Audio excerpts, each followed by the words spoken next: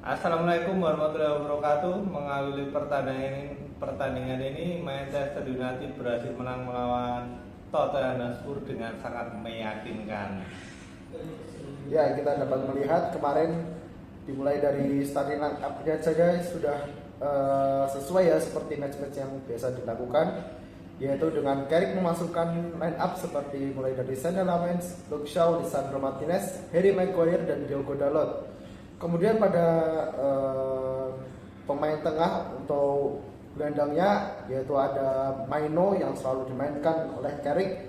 Kemudian ada Bruno Fernandes yang luar biasa, kita tahu sendiri permainannya. Kemudian ada Amad Diallo dan juga ada Casemiro. Untuk selanjutnya untuk pemain depan ada Bryan Mbeumo serta Matheus Cunha. Bryan Mbeumo bermain menjadi yang sangat impresif sebagai false nine. Bagaimana menurutmu? Kalau dari line up sudah itu ya sangat bisa ditebak dari awal permainan Michael Carrick emang selalu memiliki line up yang sama Menggunakan 4-2-3-1 gitu ya. Nah, selalu 4-2-3-1 karena nggak perlu ada yang dirotasi. Iya. Dan itu cuma bermain di satu kompetisi, nggak perlu ada yang dirotasi. Menurut saya line up seperti ini sudah bagus. Michael Carrick kan suka itu striker yang bisa lari dari belakang. Iya, iya. Lalu jika melihat dengan line up sendiri dari Tottenham, bagaimana menurutmu? Tottenham bermain bagus menurut saya sebelum kartu merah dari Cuti Romero. Menurut saya belum banyak yang jeda Tottenham. Mereka kurang pemain yang bisa kreatif menurut saya untuk membongkar pertahanan MU. Di menit-menit awal menurut saya Tottenham bisa menguasai pertandingan, tapi setelah Cuti Romero terkena kartu merah, mereka main counter karena ya nggak mau mengambil resiko. Kalau dilihat dari pelanggarannya sendiri, kartu merah yang itu pelanggaran ankle, intensinya kena ankle, keras pasti pelanggaran.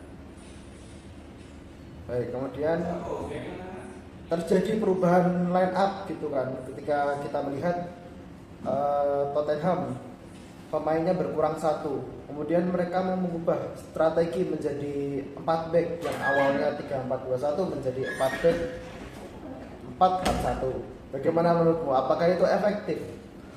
2-1 kartu merah untuk pemain belakang, masukin lagi pemain belakang untuk menahan counter sih. Oh enggak, terakhir ngincer counter kan. Kalau nggak ada intensi untuk menyerang menurut saya dari Tottenham kalau sudah kartu merah satu. Tapi kalau kita melihat sendiri dari permainan seperti gelandang yang dimiliki oleh Tottenham seperti Joao Palhinha dan juga Matarsar. PP Matarsar sama Joao Palhinha pemain tengah. PP Matarsar pemain tengah. Saya Joao Palhinha bagus sama Conor Gallagher bagus.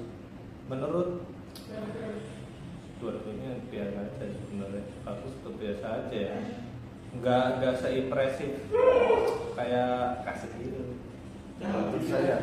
Tapi jika kita melihat sendiri dari penyerangnya dari Tottenham ada Dominic Solanke serta Xavi Simons. Jika aku lihat itu semalam itu Xavi Simons bermain ya menurut saya kurang konsisten ya, karena beberapa kali serangan balik dia tidak bisa maksimalkan umpan yang diberikan. Xavi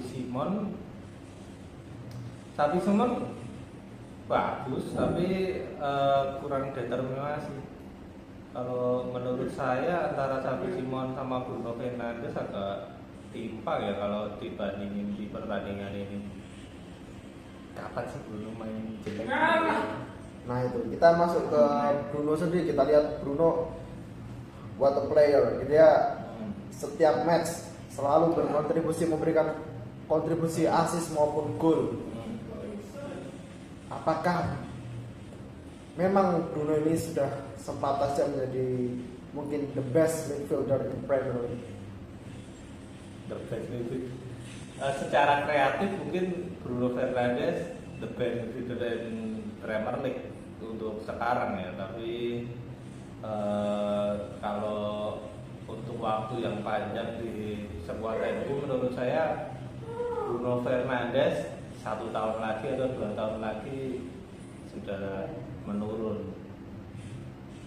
Ya, jika kita lihat Bruno Fernandes habis memecahkan rekor yaitu memberikan ya kontribusi 200 kontribusi gol maupun assist untuk Bruno Fernandes sangat luar biasa dan menjadi pemain tercepat kedua di skuad Manchester United setelah kita tahu Wayne Rooney. Ya, jadi kita tidak bisa ya berkomentar apa-apa lagi karena kita tahu seberapa luar biasanya Bruno Fernandes. Oke, selanjutnya kita lihat kembali untuk pemain Manchester United ada Casemiro.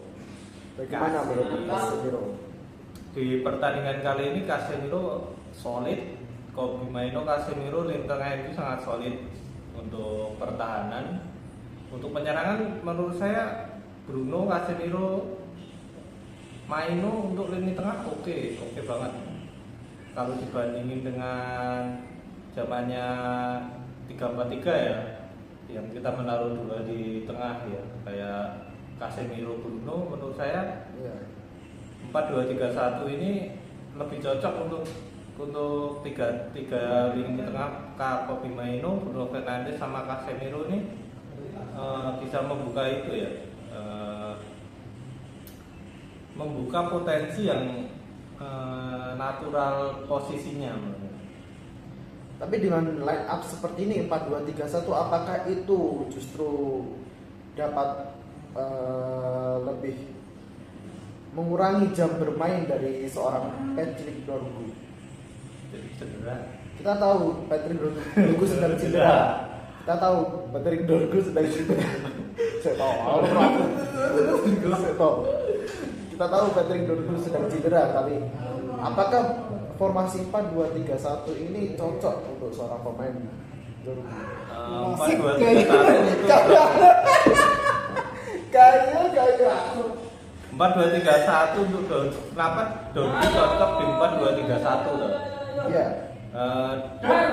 Kalau untuk lawan seperti City atau Arsenal 4-2-3-1 di sisi kiri, mereka bisa double cover antara Luxor dan Dorgu. Misalnya di sisi kiri Luxor Dorgu, nanti ada Bukayo Saka dari Arsenal, nah itu bisa kita double cover. Tapi kalau melawan Tottenham yang bermain low block karena Cuti Romero kartu merah, itu bagusnya Marescunya untuk bongkar low blocknya. Oke, kita lihat tadi dalam pertandingan semalam Mateus Cunha diganti oleh pemain bernama Benjamin Sesko. Kita tahu sendiri Benjamin Sesko tadi malam bermain ya tidak terlalu bagus juga. Kita tahu pressingnya kurang baik. Kemudian kita lihat ada peluang terakhir, di mana peluang terakhir itu bisa lebih dimaksimalkan tetapi tidak dapat dimaksimalkan dengan baik. Bagaimana menurutmu? Benjamin Sesko peluang terakhir emang harus gol harusnya. Untuk striker 70 juta ya. Iya. Menurut saya Benjamin Sesko masih perlu waktu untuk Premier League menurut saya. Oke. Dan kemudian pada line up di bagian penyerang ada seorang Bryan Mbeumo. Kita tahu Bryan Mbeumo. Dia sangat luar biasa. Ya, pressing yang sangat baik, kontrol bola yang baik, finishing. Ya. Dan juga mencetak gol pada pertandingan semalam. Bagaimana menurutmu tentang terkait gol pertama yang dicetak oleh seorang Bryan Mbeumo? Bryan Mbeumo menurut saya untuk formasi Carrick ini 4-2-3-1 cocok sekali ditaruh di striker ya menurutku. Jika kita lihat itu seorang Kobbie Mainoo dari belakang ada di line di gawang, dia menganalisa, kemudian dia lari ke depan dan memberikan umpan langsung kepada seorang Bryan Mbeumo. Ya, berawal dari corner. Itu menurut saya memang strategi. Kobbie Mainoo sanggup memberikan. Oh ini. Sini pergi. Otak lu. Menurut saya dari strategi servis Man United itu sudah ada skripnya menurut saya. Emang tujuan dari Kobbie Mainoo di belakang kiper untuk memberikan umpan ke tengah dari Bryan Mbeumo emang tendangannya tidak keras, tapi di sisi gawang yang bagus menurut saya. Kalau biasanya itu corner kita lihat selalu mengarah ke ujung gawang, yaitu yang biasa diisi oleh seorang Harry Maguire. Tapi semalam itu Harry Maguire lebih seperti menarik pemain agar terciptanya ada ruang kosong di bagian depan. Nah, ya itu scripted menurut saya. Manchester United safety-nya lebih dari Arsenal ini bisa. Ya, kita tahu sendiri sekarang untuk perolehan gol yang tercipta melalui set piece maupun corner, Manchester United dapat mencetak gol paling banyak dari set piece dan corner ya. Ya. Kalau dari sisi kita sih kita nggak mengharuskan set piece ya. Sebenarnya tidak, tapi counter attack oke. Carrick counter attack oke banget Carrick ya. Ya, Carrick kalau saya lihat ini permainannya sedikit mirip ke arah Ole ya. Van Gaal kali pressing tinggi. Ya, kamu tahu Van Gaal itu mainnya lebih banyak possession, namun tidak bisa memberikan peluang yang banyak. Sementara Ole itu lebih ke serangan balik, efektif, penyerang juga fluid. Kalau menurut saya di Carrick ini lebih tahu pemain counter attack-nya gimana daripada di Ole. Kalau Ole kan counter attack-nya nggak ada skripnya, bola kita tarik ke depan aja. Apakah ini ada hubungannya juga dengan seorang gelandang yang menjadi pelatih biasanya lebih sukses? Nah, karena mereka itu ya tahu lini pertahanan dan dia karena seorang gelandang itu biasa menjadi seorang motor serangan maupun pertahanan juga. Untuk gelandang yang pelatih menurut saya emang cocok sih. Mereka tahu temponya ya untuk ngatur pertandingan ya berarti. Sebagai pelatih kan kita harus itu ya tahu ya bagaimana gamenya mau ke arah mana.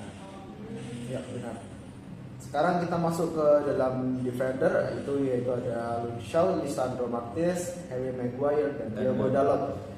Dari keempat back ini, apakah keempat pemain ini sudah bermain dengan baik pada pertandingan semalam? Menurut saya solid.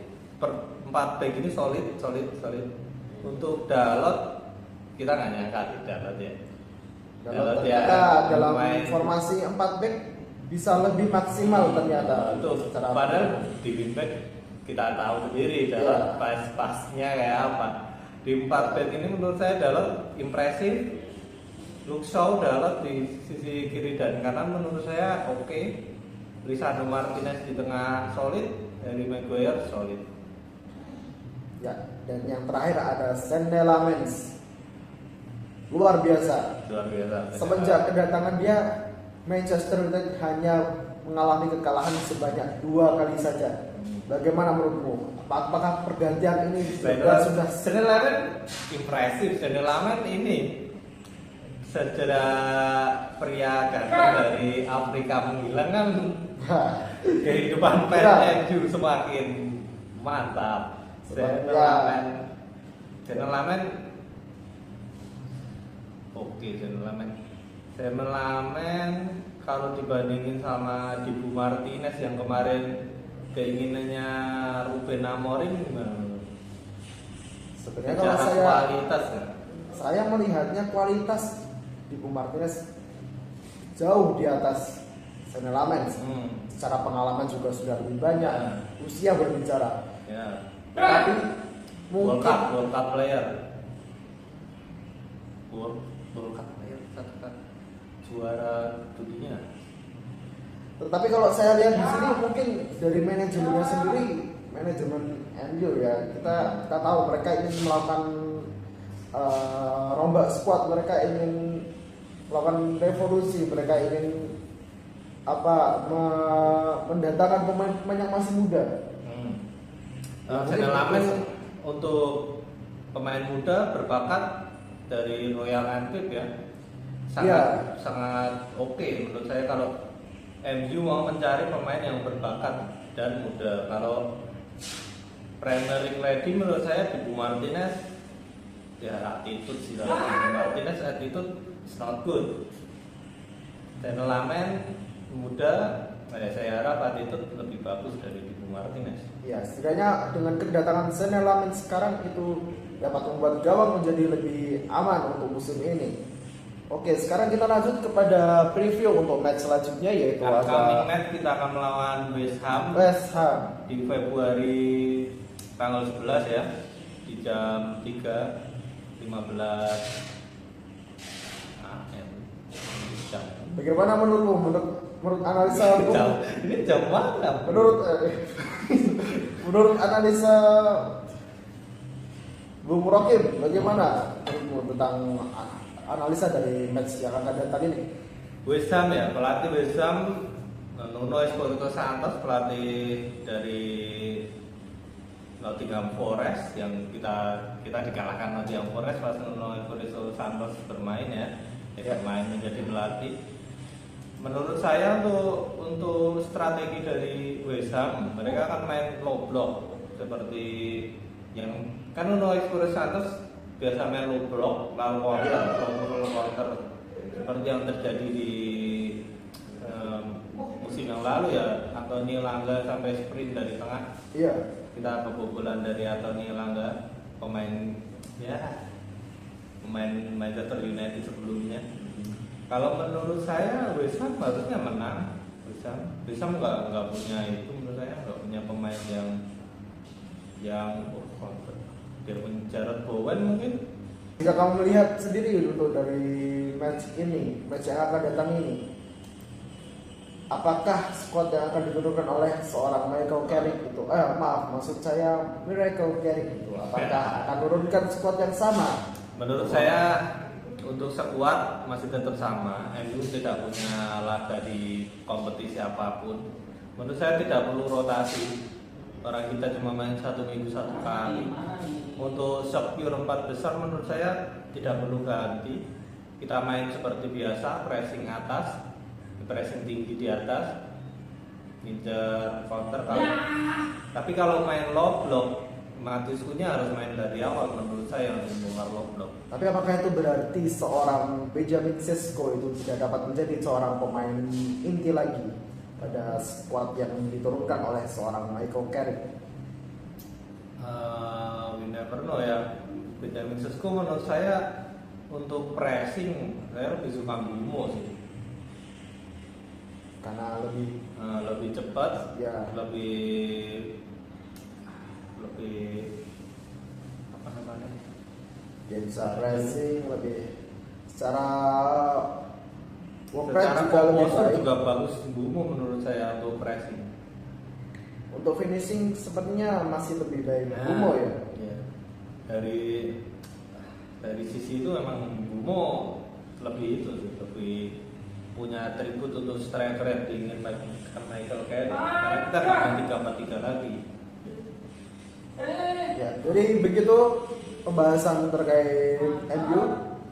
Next kita akan lawan West Ham. Semoga kita menang untuk bisa mencukur rambut dari fans United yang tidak pernah potong rambut selama 5 kali kemenangan. Tinggal 1 pertandingan lagi. Yang itu sebenarnya tidak mungkin sampai 2 tahun yang tidak bisa 5 kali kemenangan menurut saya. Harus tetap optimis ya. Itu kan membela Amorim ini menurut saya. Ya, sampai jumpa kita kembali lagi di minggu depan di habis pertandingan Manchester.